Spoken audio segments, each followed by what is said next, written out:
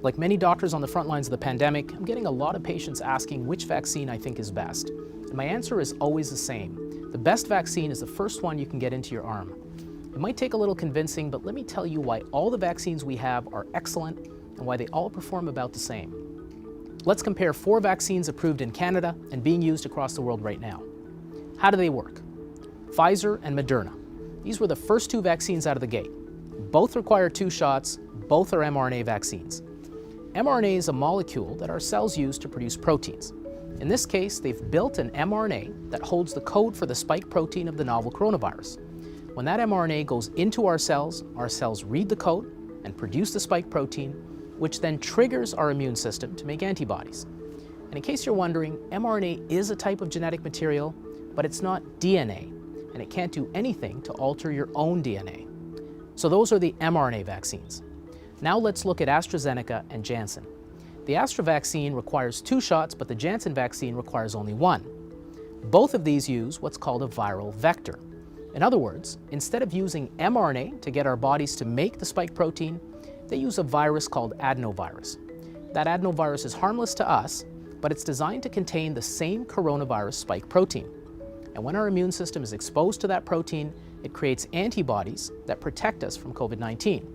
Now the big question on everyone's mind, are they safe? More than 600 million doses of these vaccines have been administered around the world, including more than 6 million here in Canada. And as expected, about 1 in 10,000 people have gotten severe allergic reactions to the shots, and those have mostly been people with a strong history of allergies. But the good news is that if there are any other side effects, they're extremely rare. And what about those unusual blood clots with the AstraZeneca vaccine? Well, they're so rare that even if they are from the vaccine, your chances of dying from COVID-19 in this country would be at least 50 times higher than your chances of getting one of those blood clots from the vaccine.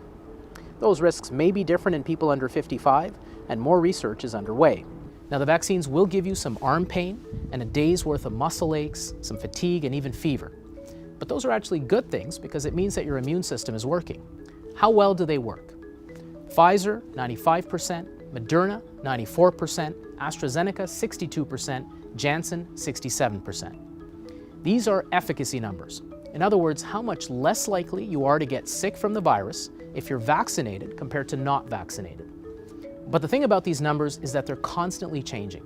For example, the AstraZeneca vaccine was just found to be 76% effective in the US trial. And those numbers are when the shot is given 1 month apart. When you spread it out 3 months, it's 81% effective. And the Janssen vaccine averaged out to 67% across countries, but in the US, it was 72% effective. But surely 95% has got to be better than 72%, right? Actually, we don't know. And that's because these studies were done at different times and in different parts of the world. Vaccines are less effective against the newer variants of concern that are now here. The Pfizer and Moderna trials were done when we didn't have these variants of concern, whereas the AstraZeneca and Janssen trials were done more recently when variants had already begun to circulate.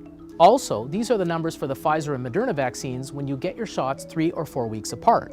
What we don't know is how those vaccines will perform when you get your shots 3 or 4 months apart, which will be the case for many Canadians.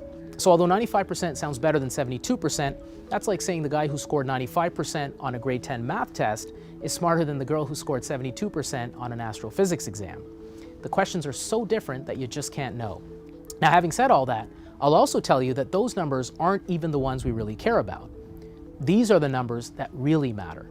Pfizer, 100%, Moderna, 100%, AstraZeneca, 100%, and Janssen, 85%. This is how effectively each vaccine protects you against severe disease, things like ending up in hospital or dying from the virus. So when it comes to the things that we really want to avoid, they all protect us really well. So if you're holding out for what you think is a better shot, you might just be refusing a vaccine that keeps you off a ventilator in the hopes of getting one that might protect you better from getting the sniffles. So if you're lucky enough to be offered a vaccine, go get it. The sooner we can all do that, the sooner we'll get through this pandemic together.